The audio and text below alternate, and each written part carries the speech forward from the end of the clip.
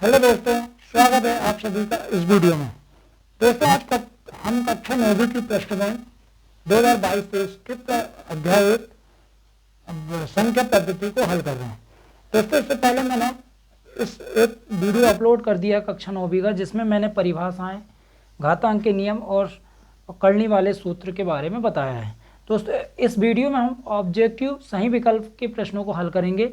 दोस्तों मैं हल करके बताऊंगा कि उनका आंसर कैसे निकालना है। तो चलिए हम शुरू करते हैं। तो प्रश्न क्रमांक पहला हम कर रहे हैं, सही विकल्प चुनकर लिखिए। एक परिमेय संख्या, पहला का पहला है, एक परिमेय संख्या तथा एक अपरिमेय संख्या का योगफल या अंतर सदैव एक संख्या होगी। यदि हम किसी एक परिमेय संख्या में एक अपरिमेय संख्या को जोड़ें या घटाएं तो हमें कौन सी संख्या प्राप्त होगी। देखिए दोस्तों, यदि 2 एक परिमेय संख्या है और करनी 2 एक अपरिमेय संख्या है और 2 एक परिमेय संख्या और करनी 2 एक अपरिमेय संख्या, अब 2 को करनी 2 में जोड़ रहे हैं और 2 को करनी 2 से घटा रहा है, मतलब 2 को करनी 2 से घटा रहे हैं। तो दोस्तों हमने एक नियम पढ़ा है कि यदि हम किसी भी परिमेय संख्या में अपरिमेय संख्या को जोड़ें या घटाएं तो सदैव हमें अपरिमेय संख्या प्राप्त होती है। यानी हाँ, यदि हम किसी भी परिमेय संख्या और किसी भी अपरिमेय संख्या को जोड़ें या घटाएं तो सदैव हमें क्या प्राप्त होगी, अपरिमेय संख्या। तो पहला का होगा 12 नंबर। तो पहला का क्या होगा दोस्तों, 12 नंबर होगा। यानी कि यदि हम किसी भी परिमेय संख्या और अपरिमेय संख्या को जोड़ते हैं या घटाते हैं तो सदैव हमें अपरिमेय संख्या ही प्राप्त होगी। अब दोस्तों दूसरा है इसका। दोस्तों दूसरा यहाँ लिख दिया हूँ मैंने, क्या बोला है, निम्न में से कौन सी संख्या परिमेय संख्या है। देखो दोस्तों इस प्रश्न बैंक में इसका हल दे रहा है 100 नंबर, लेकिन इसका हल 100 नंबर नहीं है। क्यों नहीं है, क्योंकि देखिए हमने पढ़ा है कि यदि हम किसी भी परिमेय संख्या में अपरिमेय संख्या का गुणा करें या भाग करें, सदैव हमें कौन सी संख्या प्राप्त होती है, अपरिमेय संख्या की। कौन सी प्राप्त होती है, अपरिमेय संख्या। तो ये तो हो ही नहीं सकता। ठीक है दोस्तों, अब इसमें देखिए ये पहला वाला, दूसरा का अ नंबर देखिए, हम इसको क्या लिख सकते हैं, 3 धन करनी के अंदर 23 लिखा है और ऋण लिखा है करनी के अंदर 23।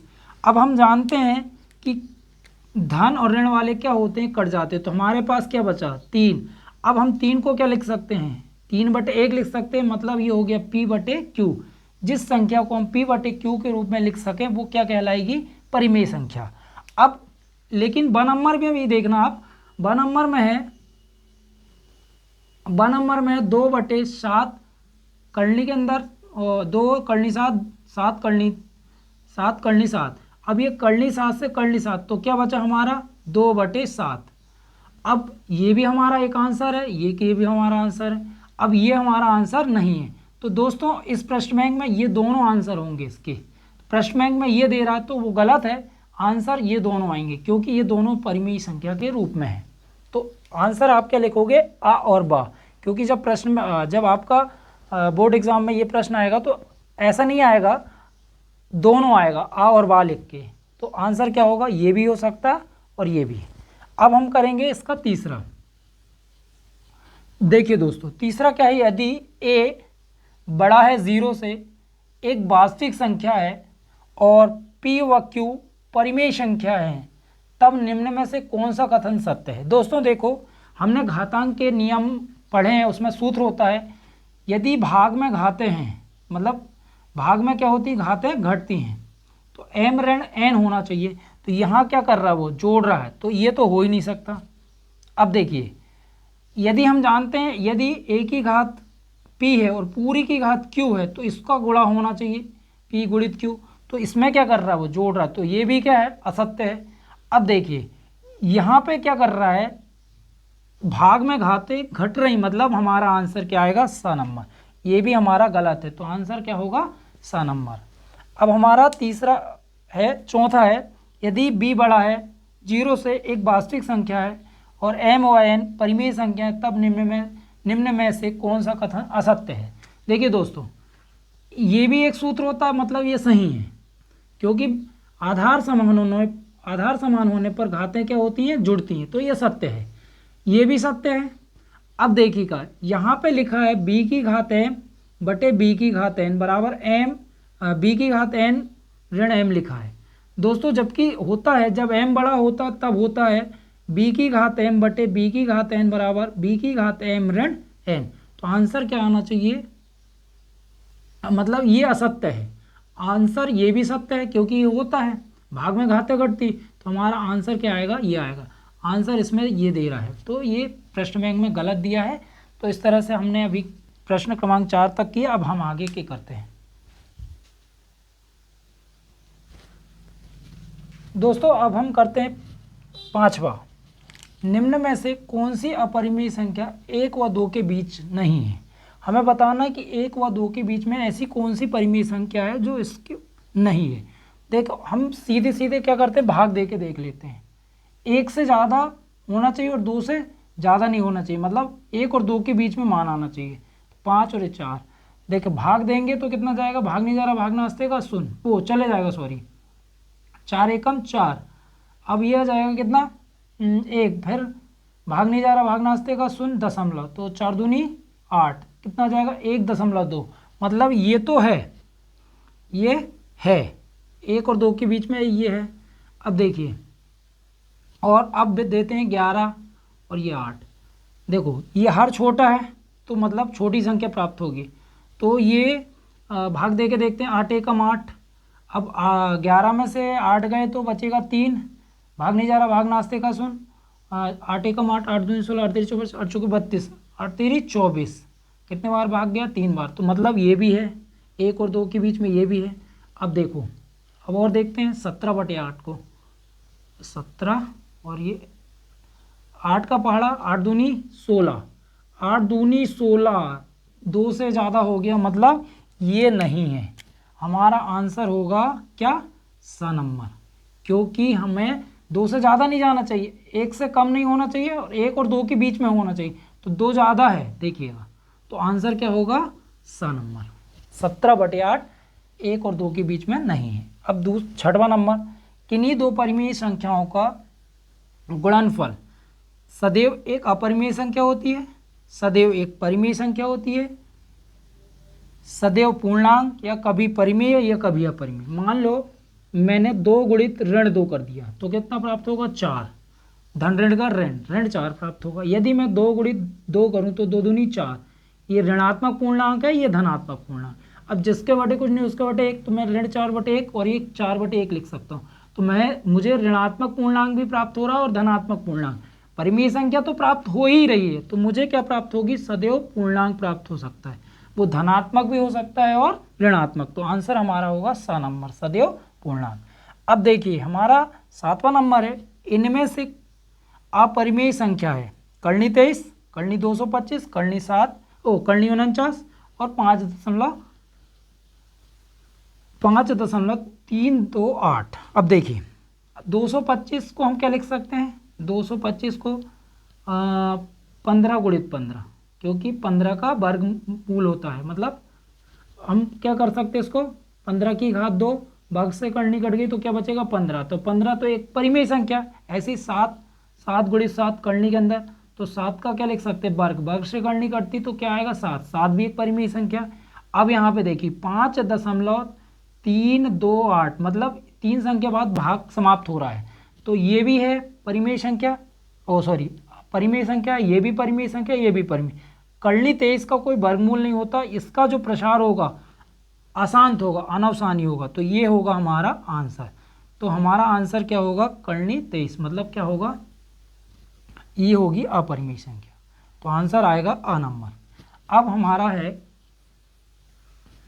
कर्णी 3 का प्रसार, दशमलव प्रसार होता है, शांत तो होता ही नहीं, क्योंकि हमेशा परिमेय संख्या का प्रसार शांत होता है, अशांत आवर्ती भी नहीं होगा, अशांत अनावर्ती होगा। क्या होगा, क्योंकि हमेशा अपरिमेय संख्याओं का जो दशमलव प्रसार होता है वो हमेशा अशांत अनावर्ती के रूप में होता है। अब एक परिमेय संख्या का दशमलव निरूपण नहीं हो सकता, शांत होता है, अशांत व आवर्ती, अशांत व आवर्ती या अशांत व अनावर्ती। तो आंसर आएगा हमारा द नंबर, क्या आएगा, अशांत व अनावर्ती। अब नेक्स्ट क्वेश्चन है 10वां, निम्न में से कौन सी एक अपरिमेय संख्या, देखिए 16 का वर्गमूल क्या होता 4 और 25 का 5, तो ये परिमेय संख्या है। 12 को हम क्या लिख सकते हैं, देखना 12 को लिख सकते हैं 4 गुणित 3, अलग अलग करनी कर सकते हैं, करनी 3, तो अब करनी 4 बचा तो 2 का वर्गमूल होता है 4, मतलब 4 का वर्गमूल होता है 2, तो ये भी परिमेय है, ये भी परिमेय संख्या। अब हमारा 225 किसका वर्गमूल होता है 15 का, करनी 11 का होता ही नहीं, तो हमारा आंसर आएगा द नंबर। तो 5वां का होगा स नंबर, 6वें का होगा स नंबर और 7वें का अ नंबर मतलब करनी 23, 8वें का अशांत अनावर्ती और 9वां का होगा अशांत व अनावर्ती और 10वां का होगा करनी 11। दोस्तों अब आगे के प्रश्न बैंक से लिख करते हैं। अब हम प्रश्न क्रमांक पहले का 11वां करते हैं। देखिए दोस्तों 11वां है 3 धन करनी के अंदर 3, 3 ऋण करनी के अंदर 3 का मान होगा। अब देखिए दोस्तों हम एक सरसमी का जानते हैं, एक्स धन बाय एक कोष्टक में और एक्स ऋण बाय बराबर होता है एक्स का वर्ग ऋण बाय का वर्ग। अब हमारे पास ए का मान है 3 मतलब 3 का वर्ग और बी का मान है करनी 3 पूरे का वर्ग, 3 का वर्ग होता है 9 और वर्ग से करनी करती 3, तो 9 में से 3 गए तो 6, तो हमारा आंसर आएगा 6। तो 11 का आएगा हमारा 6 आंसर आएगा, मतलब द नंबर आएगा। अब हमारा है 12वां नंबर, तो 12वां नंबर है देखिए 2 की घात, चूँकि हम जानते हैं किसी भी एक्स की घात 0 का मान कितना होता है 1, मतलब किसी की भी घात 0 हो जाए तो उसका मान क्या होगा 1, तो मतलब 2 की घात 0 का मान हो गया 1 धन और 2 की घात 0 का मान 1/1, तो कितना हो जाएगा 1 धन 1, तो मतलब कितना आंसर आ जाएगा 2, तो हमारा आंसर आएगा स नंबर 2। तो अब आता है 6/7 का दशमलव प्रसार होगा, तो देखते हैं हम कैसे निकालते हैं। 6 और ये 7, तो हम भाग देते, भाग नहीं जा रहा, भाग नास्ते का 0.0, तो अब 7 का पहाड़ा ऐसा पढ़ोगे 60 से आगे ना 7 या 8 56। अब यहाँ पे देखने 8 से कोई मान शुरू हो रहा है, हाँ ये, तो आंसर हमारा आएगा द नंबर।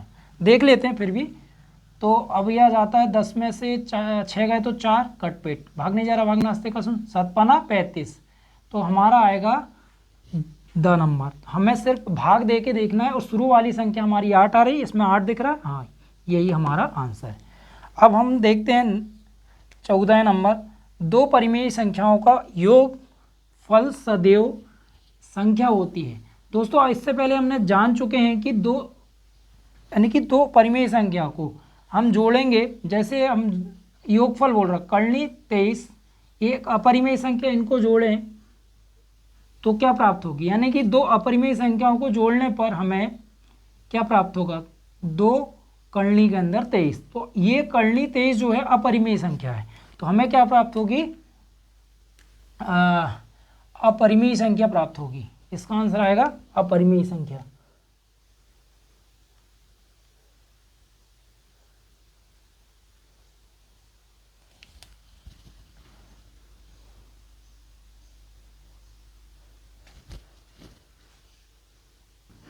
तो हमारा आंसर आएगा ब नंबर, क्या आएगा अपरिमेय संख्या, क्योंकि हम जोड़ेंगे तो हमें अपरिमेय संख्या ही प्राप्त होगी।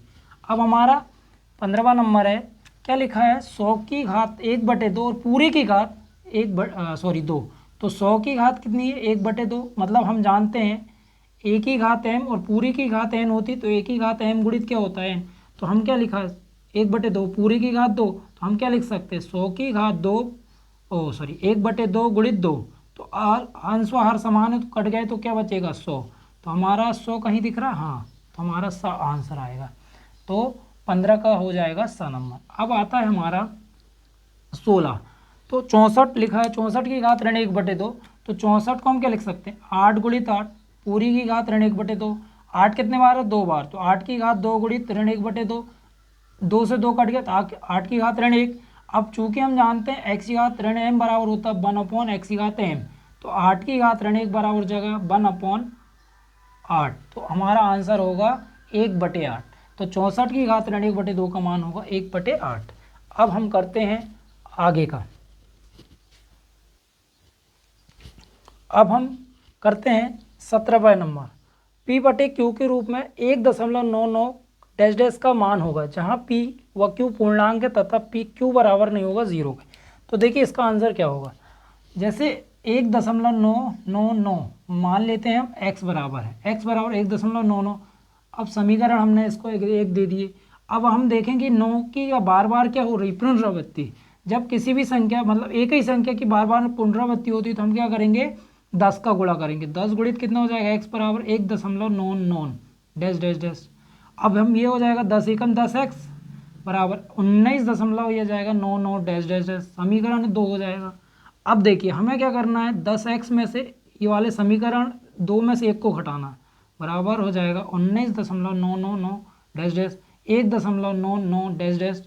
10 में से 1 गए तो 9x बराबर, अब 9 में से 9 होगा 0, 9 में से 9 होगा 0, 9 में से 9 होगा 0, 9 में से 1 गए तो 8, 1।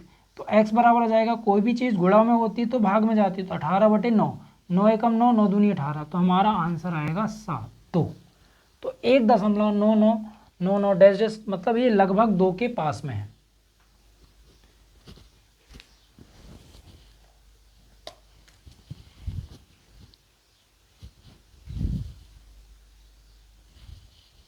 अब हमारा 18 नंबर है, 1/, करनी के अंदर 7 ऋण 2 का हर के परिमीकरण का मान होगा। तो हमें करते हैं इसे, देखिए क्या करते हैं, हर का परिमीकरण करना हमें। तो 1/, करनी 7 ऋण 2, हमें हर का परिमीकरण करना। तो यहाँ चिन्ह देख लीजिए क्या है, ऋण, तो हम क्या कर देंगे धन। तो कैसा धन हो जाएगा, करनी के अंदर 7 धन 2। अब इसका गुणा करेंगे तो 1 का गुणा इसमें करेंगे वही चाहेगा 7 धन 2, मतलब करनी के अंदर 7 धन 2। अब एक कोष्टक में ए धन भी और एक कोष्टक में ए ऋण भी, मतलब करनी 7 का क्या हो जाएगा वर्ग ऋण 2 का वर्ग। तो 7 धन मतलब करनी के अंदर 7 धन 2 बटे 7 का वर्ग से करनी करेगी 7 और 2 का वर्ग 4। तो करनी के अंदर 7 धन 2 बटे 7 में से 4 गए तो 3। तो हमारा आंसर होगा कौन सा, अ नंबर होगा। तो 18 का आएगा अ नंबर।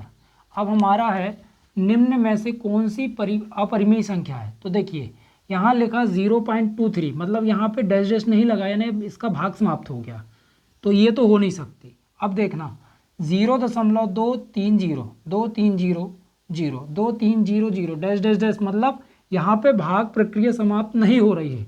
तो जब किसी में भाग प्रक्रिया समाप्त नहीं होती तो वो अपरिमेय संख्या, तो आंसर क्या होगा हमारा, ब नंबर। तो दोस्तों इस तरह से ये सही विकल्प के प्रश्नों का हल था। अब दोस्तों हम इसके आगे करेंगे सही जोड़ी, खाली स्थान, सही एक शब्द में उत्तर। तो मिलते हैं नेक्स्ट वीडियो में। Thank you.